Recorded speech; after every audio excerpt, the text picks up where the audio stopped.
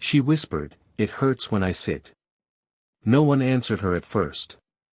The others just stared at the ground, as if acknowledging her pain out loud would make it real again. Hours before sunrise, they were already awake. Not because of any guard's order, but because every woman in that cold, dim room believed she was living the final night of her life. They didn't cry. They didn't scream. They simply waited, in a silence so heavy that even breathing felt like it could bring punishment. The floor beneath them was rough. The wooden planks were splintered and soaked with the memory of every moment that had passed before. They sat in straight lines, backs against the walls, hands resting flat on their knees. No chains. No ropes. They didn't need restraints. Fear held them still. The young one, the one who spoke, tried shifting her weight again. Her voice broke the silence for the second time. She said the same words, but softer now, almost to herself. "It hurts, when I sit." No one asked why. They already knew suffering came in many forms here, and explaining any of it never changed the outcome. Outside, the sky was still dark, but the horizon was beginning to dull. That quiet moment just before dawn, the moment when darkness and day are balanced on a thin edge of time. That was the hour they had been told executions happened. No speeches. No final words. Just footsteps. A command. And then nothing. So they waited. Some women prayed silently. Some held memories in their minds, faces of mothers, brothers, children they would never see again. Some tried to feel nothing at all. And yet, amid all that stillness, there was something none of them expected. Something that would change the meaning of this moment forever. Because when those footsteps finally came, they did not bring death. They brought breakfast. This story is real. It comes from testimonies, letters, and memories that were never meant to be retold beyond the people who lived through them. It is a story about fear. About what people expect when everything has been taken from them. And about a moment that no one involved ever forgot. Before we continue, you should know exactly what you are hearing. These were prisoners of war, young women who had already endured more than most lives can hold. They were worn thin by hunger, exhaustion, uncertainty, and the constant knowledge that any day could be their last. They had stopped making plans for tomorrow. They had even stopped trying to remember what life felt like before the walls, the guards, the silence. And yet, on one morning, something happened that stood completely apart from the rest of their days. Something that no one around them expected. Something that remains in their testimonies with a clarity that time could not erase. You may be wondering why she whispered those words. "It hurts when I sit." You may be wondering what had been done to her. And why she said it in that quiet, almost apologetic tone, as if her pain was an inconvenience. You will understand. Not all at once. Not in a single explanation. But piece by piece, the way truth often comes to those who lived it, slowly, heavily, and in fragments that are difficult to hold. What happened that morning did not erase what came before it. It did not undo the suffering. It did not rewrite the war. But it did reveal something important, something about the way one moment, one simple, human act, can settle into memory and refuse to be forgotten. Stay with this story. Not for shock. Not for spectacle. But to understand why that whisper mattered. And why dawn, on that day, did not unfold the way they expected it to. Because everything turns on that moment. The footsteps. The waiting. And what they were given instead. This took place in the final months of the war. The fighting was still going on, but the outcome had already begun to take shape. Across islands and coastlines, commands shifted, supplies thinned, and people were moved without explanation. Camps like the one in this story existed far from the cities, built where the world could not easily look in. It wasn't made of stone or steel. Just wood, dirt, wire, and watch posts that saw everything. The women held there were not soldiers by training. Some had served as nurses, mess attendants, telegraph assistants, or helpers. Others had simply been caught where they stood. No one among them could say exactly when they stopped being individuals and became prisoners. There was no single day that marked the change. Only a slow erosion of certainty, a day becoming another day, until time itself felt distant. The air in the camp was dry. Dust settled on every surface, clothing, skin, hair, the floor where they slept. When the wind moved across the compound, it carried the scent of earth and rusted metal. Even the quiet had a texture, a stillness shaped by watchful eyes and the understanding that speaking too loudly could draw attention one did not want. Most of the women had come to know the routine. Stand when told. Sit when told. Work when ordered. Wait when there was nothing to do. Waiting, more than anything, became a part of their existence. Waiting for food. Waiting for news. Waiting for the next day to arrive. Or not. There was no certainty in the camp, just patterns. A guard's boots approaching meant something. A shouted order meant something. A long silence could mean anything at all. In the days leading to that morning, the guards spoke less. Their faces showed strain. Whispers traveled from one prisoner to another, carried carefully, the way one carries something breakable. Some said the camp would soon be abandoned. Some said no one inside it would be left alive to be found. No one knew which version of fate was waiting for them. They only knew it was coming. And then, one evening, a message was delivered. Not shouted, not posted, just passed quietly along the line. At dawn, prepare yourselves. No explanation. No details. Only that. The women did not sleep that night. They arranged themselves in rows, not by force, but by instinct. Back straight. Hands still. They believed they understood what was going to happen. At dawn, they were told they would be executed. What happened instead? Was something else entirely. Her name was Hannah. She was 23 years old. Before the war, she had trained to become a nurse. Not because of duty or orders, but because she believed that hands were meant to help. She had been taught how to stitch wounds, how to clean them, how to comfort someone who was afraid. Those skills remained with her, even here, in a place where comfort was in short supply, and fear was constant. Hannah was smaller than many of the others, but she moved with care rather than hesitation. When another woman could no longer stand, Hannah would give her shoulder. When someone cried quietly at night, she would whisper something so soft that only the one who needed it could hear. She kept a single keepsake hidden beneath her clothing, a small scrap of cloth. It was worn and colorless now, but once it had been part of her mother's handkerchief. She touched it every morning, pressing it between her fingers as if reminding herself of something she refused to let go of. No one asked her about it. Some things were understood without being spoken. The other women remembered her for her way of smiling, not brightly, not openly, but with the faintest lift at the corner of her mouth, the kind of smile that says, "I'm still here." It was not a smile of hope. It was a smile of endurance. Hannah had arrived at the camp months earlier. She had worked in a field hospital before the retreat, tending to both wounds she could treat and others she could not. When the fighting moved closer, she and several others had been taken. There had been no trial. Just a line of soldiers, a command, and a gate closing behind them. She never spoke much about the days before the camp.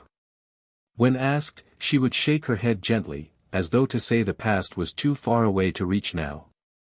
But at night, when sleep did not come, she would close her eyes and move her lips silently, not in prayer, but in memory. Names. Faces. A door opening to morning light. A train station in winter. The sound of a kettle boiling. Small details. The ordinary pieces of a life that once belonged to her. Hannah had a scar along her left forearm. A straight line, pale against her skin. It came from a scalpel, a moment when she had slipped while assisting during an operation. She had laughed at the time, brushing it off. But here, the scar meant something different. It reminded her that her hands once healed. And that somewhere, beyond the fences, people still lived lives shaped by simple, everyday moments. She rarely complained. Even when her knees ached from the cold floor. Even when she was too tired to lift her head. Even when she whispered those words in the dark. It hurts when I sit. The others heard her. They knew that pain like that came from something that did not heal easily. Something that lingered. Something that no amount of willpower could erase. But she did not explain it. And no one asked. Instead, they sat with her. Not touching. Not speaking. Just sharing the same air, the same waiting, the same unspoken understanding that they were bound together by circumstance, not choice. In those hours before dawn, Hannah held the scrap of cloth in her hand. Her fingers traced its edges over and over. She did not look at it. She didn't need to. She knew its shape by memory. And as the night thinned and the air began to change, she did something she hadn't done in weeks. She closed her eyes. And took one slow, steady breath. Not of calm. Not of acceptance. But of a final readiness. She believed she knew what awaited them. They all did. But morning would show them something they had not imagined. Something that no one among them could have prepared for. Among the women held in that compound, Hannah was not alone. There was a quiet network of eyes and breaths, each woman trying to hold herself together in her own way. Closest to Hannah was Yuki, the oldest among them. Her hair, once carefully kept, now hung loose in uneven strands. She had a habit of tucking a corner of her sleeve beneath her palm when she was anxious, a gesture from years of tea ceremony practice. She rarely spoke. But when she did, the others listened. Then there was Aiko, barely old enough to be called grown. Her hands shook when she tried to eat, even when there was nothing left in the bowl. Sometimes she looked at the guards as though searching for familiar faces, as if the world might still contain someone who remembered her name gently. And standing slightly apart from them was Mizora. She did not cry. She did not plead. Her jaw locked, her spine straight, even though her ribs showed like the edges of a woven basket. To the others, she looked unbreakable. But Hannah knew that Mizora slept with her fists closed, as though holding on to something invisible, a memory, perhaps, or a promise. The American soldiers who patrolled the grounds were different than the stories the women had once heard. Some walked with shoulders heavy, eyes lowered, exhausted in their own way. One of them, a young private, never raised his voice. He moved carefully, as if the ground itself were fragile. But the women did not know what any gesture meant. In war, meaning is uncertain. Kindness could be a warning. Softness could be a mask. The prisoners shared what little they understood through glances and breaths.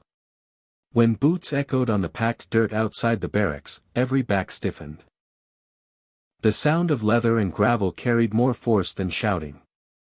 Rumor had spread the night before. At dawn, they will choose. No one knew what would be chosen, or who. The air inside the barracks felt thin. Not tense. Just, measured. Every movement was quiet, as though sound itself had become a risk.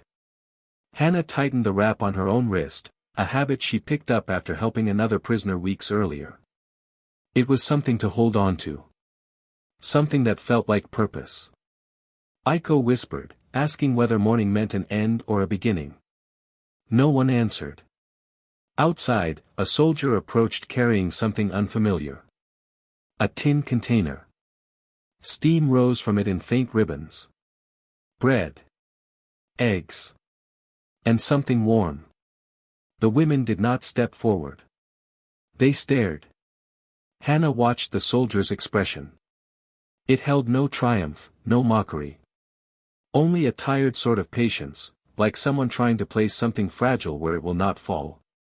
But after all they had survived, trust was not a simple act. Not anymore.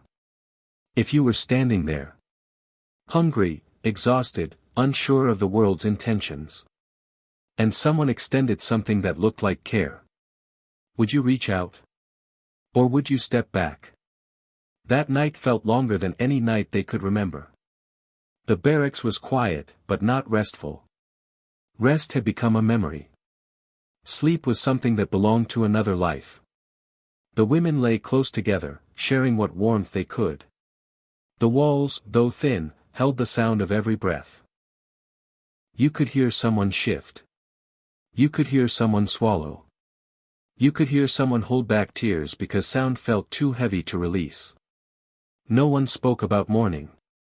They did not need to. Yuki, the oldest, took out a small scrap of cloth she had kept hidden. On it, she had tried to stitch a pattern. The thread was uneven, the shapes incomplete. It was supposed to be a chrysanthemum.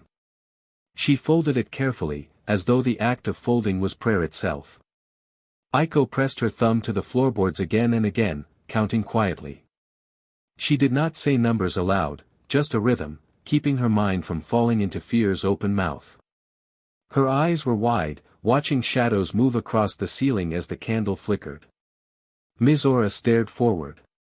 Not at anything. Just forward, like a person who has walked through too much to look back. Her breathing was controlled, each inhale restrained, each exhale measured. And Hannah. Hannah wrote. There was no paper and no ink. But she wrote in the air with her fingertip. Tracing shapes only she could feel. Names. Memories. The outline of a house roof. The swing that used to creak in her childhood yard. She was trying to hold on to what made her human. In the distance, outside the barracks walls, a drum sounded once. Not a signal. Not anything official. Just someone somewhere marking time in their own way. The women froze anyway. The candle burned low. Its flame trembled, then steadied. The shadows lengthened. Aiko's fingers stopped moving. Yuki closed her eyes and whispered something that did not need to be heard to be understood. Misora's jaw tightened until the muscle in her cheek twitched. Hannah pressed her hands together in her lap, anchoring herself in the quiet. The night thinned. And dawn began to stretch across the horizon, colorless at first, like breath on cold glass. They waited for footsteps. The kind of footsteps that carried finality. At dawn, they expected death. But when the footsteps finally came, they were not the footsteps they had feared. Rumors had a way of reaching every corner of the camp long before the truth ever did. Some arrived in hurried whispers, traded while heads were bowed. Others came from passing glances, or the way a guard adjusted his uniform, or how long the officers stayed behind closed doors. One rumor spoke of executions. Not loud, not shouted. Just spoken quietly, the way someone speaks when they are telling a story they do not want to believe themselves. Another rumor said the camp would be cleared out before anyone could be found. That those inside would not be allowed to leave alive. No one knew where these ideas began. They simply appeared and settled into the minds of those who heard them. Fear did not need proof, only repetition. In the barracks, women exchanged small looks. Not dramatic, not theatrical. Just the silent understanding shared between people who have seen too much. Some prayed quietly. Not to be spared, but to be remembered. Others held on to objects so small they could disappear in a hand, a button, a ribbon, a torn corner of a letter. Things that reminded them they had once belonged somewhere. A few tried to forgive themselves for what they had done to survive. For the days they did not speak up. For the moments they wished would disappear. For the hunger that made them accept whatever was offered. Hannah sat near the wall, watching the candle's flames settle in place. She was not thinking of fate or punishment. She was thinking of how her mother used to brush her hair behind her ear when she cried. A small gesture. A gesture that meant she mattered. No one spoke of hope. Hope felt too fragile to hold. Instead, they prepared themselves in ways that did not show. Stealing their breath. Setting their shoulders. Quieting their hearts. Outside, the night thinned slowly. A thin line of light began to form along the horizon. It did not feel like a sunrise. It felt like a clock striking its final mark. They had spent the night forgiving, bargaining, praying. Dawn would decide. The first sign of dawn was not the light. It was the sound. A faint shift in the air outside the barracks. A single boot pressing into earth. Not hurried. Not careless. Just present. Hannah opened her eyes. She didn't move at first. Her body felt caught between yesterday and whatever waited on the other side of morning. The air was cool, almost cold. It touched the skin like a reminder that time was still moving forward, whether any of them were ready or not. The floorboards beneath her held the memory of night, the wood giving off a faint, dusty warmth. Someone near the doorway inhaled sharply, not in fear, but in recognition. They all knew footsteps. They had learned to read them the way others read handwriting. Heavy meant command. Light meant hesitation. Rapid meant alarm. These footsteps were measured. Steady. Growing closer. Hannah pulled the thin blanket to her chest, not for warmth, but for something human to hold on to. The fabric felt worn, nearly threadbare. It carried the faint scent of earth and dried sweat, the imprint of countless nights of worry. She lifted one corner of the blanket. Just enough to see. The room remained still. No one else moved. They listened. The footsteps paused just outside. Muffled voices exchanged a few quiet words. Not sharp. Not loud. Just spoken, in a tone none of them recognized. Hannah's hand trembled. Not a shaking born of fear alone, but of so many emotions pressed into one moment that the body had no way to decide which to respond to. She inched the blanket back a little more. Light touched the room, faint and pale, seeping through the cracks in the wall. The outline of the door stood against it, black and tall. Then, another sound. Metal. Softly shifting. Like trays being balanced in someone's hands. The scent followed. Warm rice. Something cooked. Something meant to be eaten. The women exchanged glances, small, subtle, hesitant. No one dared speak the thought taking shape. The door opened. Not with force. Not with threat. Just slowly, like someone was mindful of waking the room.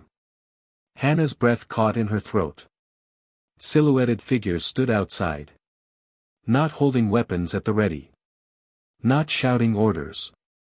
But carrying breakfast. Bowls. Cups. Simple food, steaming in the cool morning air. The women did not move toward it. They remained still, suspended in a moment their minds could not immediately understand. They had prepared themselves for an ending. But what stepped through the doorway was the beginning of something else. The soldiers moved with care. Not quickly.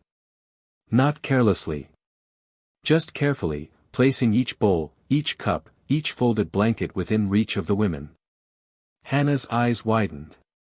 The steam rising from the rice curled in the cool morning air.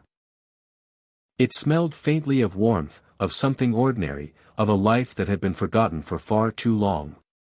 She reached for the bowl, hesitating, as if touching it might undo the reality of what was happening. No weapons. No commands. No sharp voices cutting through the room. Only hands offering food. Hands holding something meant to sustain. To comfort. To remind them that life could still exist beyond fear. Yuki reached slowly for the tray beside her. Her fingers trembled as they brushed the rim of the bowl. She glanced up at the soldier who had placed it there. He met her gaze briefly, and she saw nothing but quiet. No triumph. No judgment. Only the simple acknowledgement that she was still a person. Aiko leaned closer to Hannah, whispering one word. Food. As if saying it out loud would make it vanish. Hannah nodded slightly. No one dared laugh. No one dared speak more. The blankets were passed next.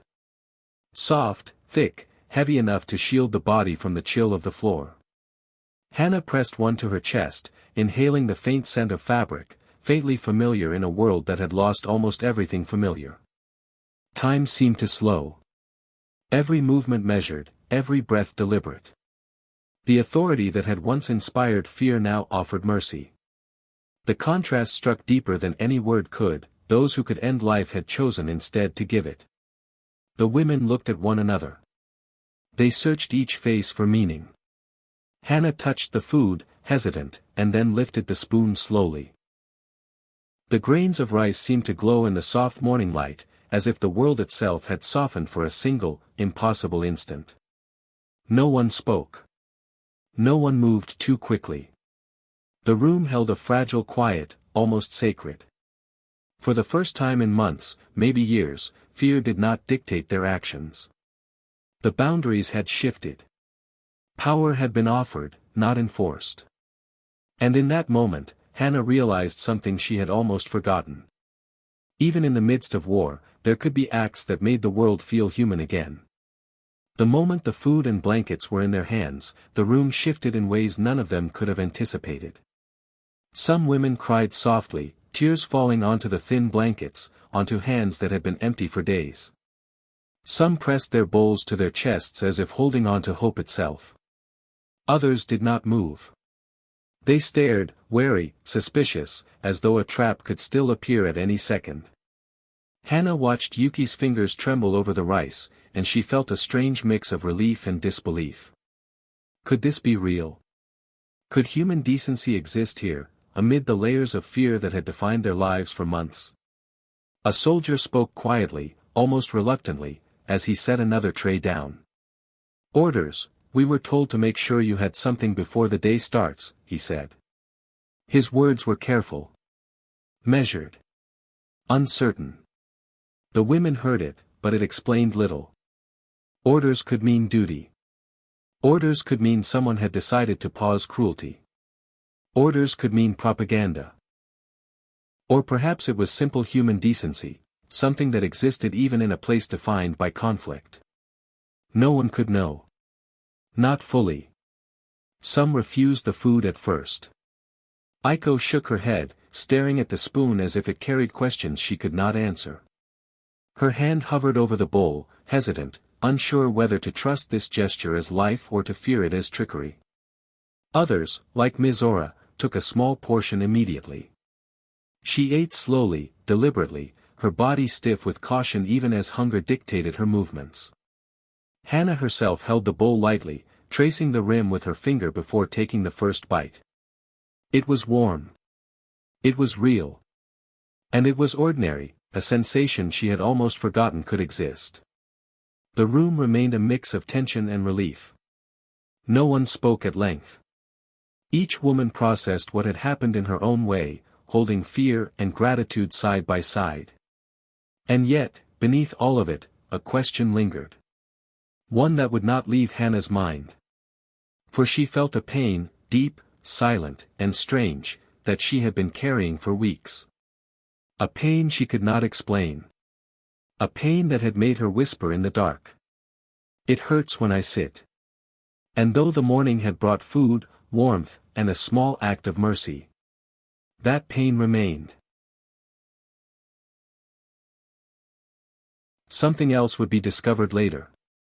Something that would finally explain why that pain existed, why it had persisted, and why it had made her nights so long and heavy. But that revelation would come only after the dawn had fully broken.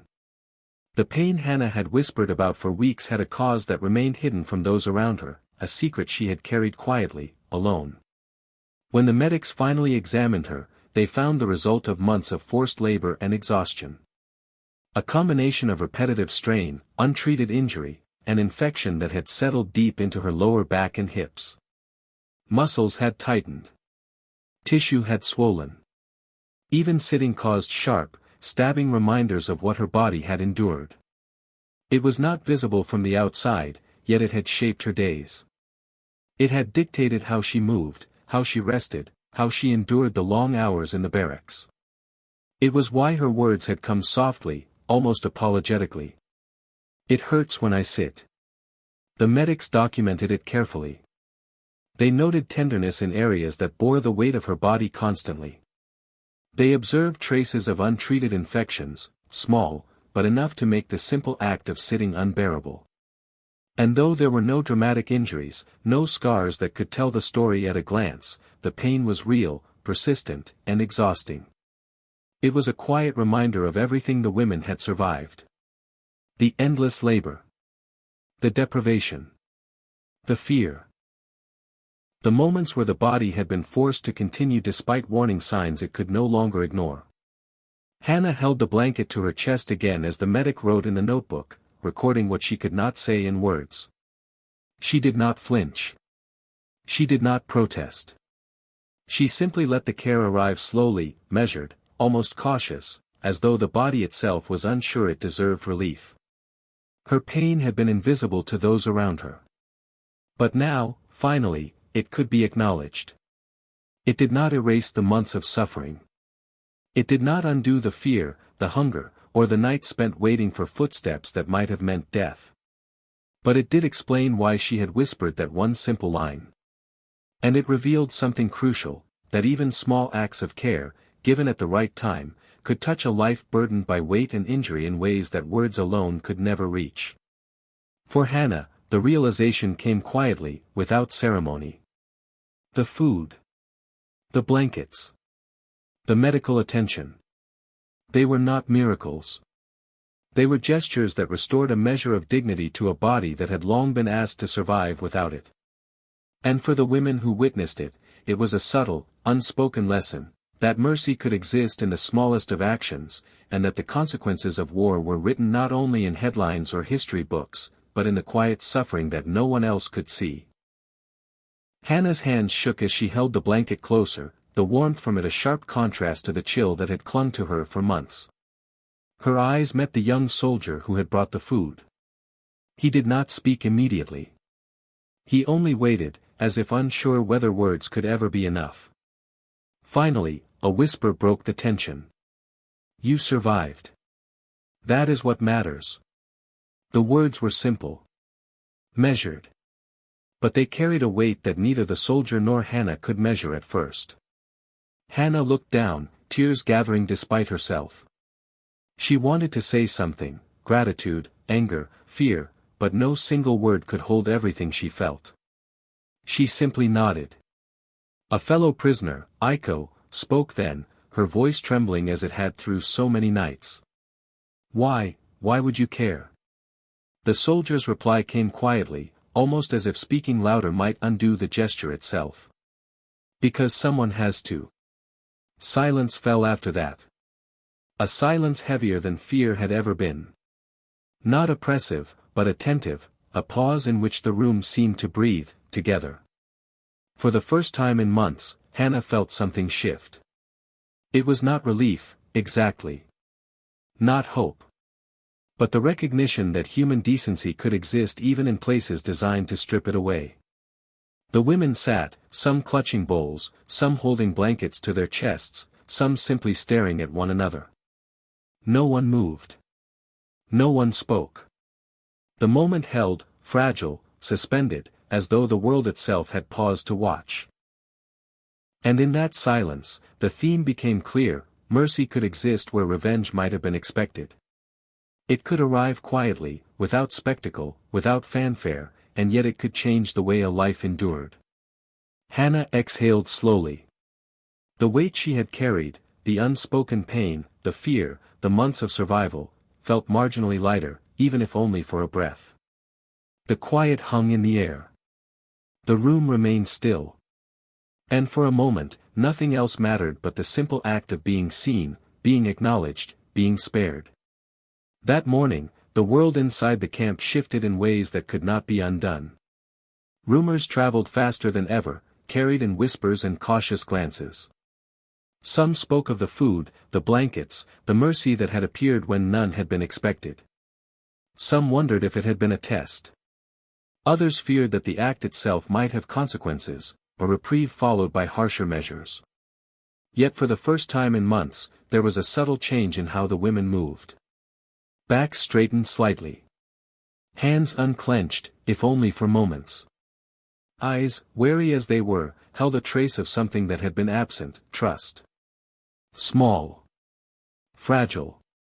But unmistakable. The soldiers left quietly after that morning. The camp resumed its routines, but the memory of what had happened lingered like a faint light in the shadowed corners of the barracks. It became a story told quietly among the women, repeated in fragments to newcomers, recorded in whispers that could survive the passing of days. Years later, the survivors would carry the story in different ways. Hana, Yuki, Mizora, Aiko, each went on to rebuild lives that war had tried to erase. Letters written decades after the event spoke of meals shared in quiet kitchens, the simple comfort of blankets, the memory of hands extended when the world had offered only fear. Testimonies recorded in post-war archives described a moment when ordinary gestures had reminded them they were still human. The pain Hannah had felt, the pain that had made her whisper in the dark, remained part of her story. But it was joined by another memory, the memory of mercy. Of calm gestures at dawn, of warmth offered when it could have been withheld, of human decency in a place built to strip it away. Even decades later, the women spoke of it. Of how, in one morning, everything changed, not with noise or orders, but with something quiet, careful, and entirely unexpected. And in that memory, the lessons of that day lived on, that the weight of survival could be eased, even slightly, by the simplest acts of care, and that mercy, when it appears, can echo for a lifetime. By the late months of the war, chaos had settled into many camps across the Pacific. Command lines had frayed. Orders often came too late, or from officers far removed from the reality on the ground.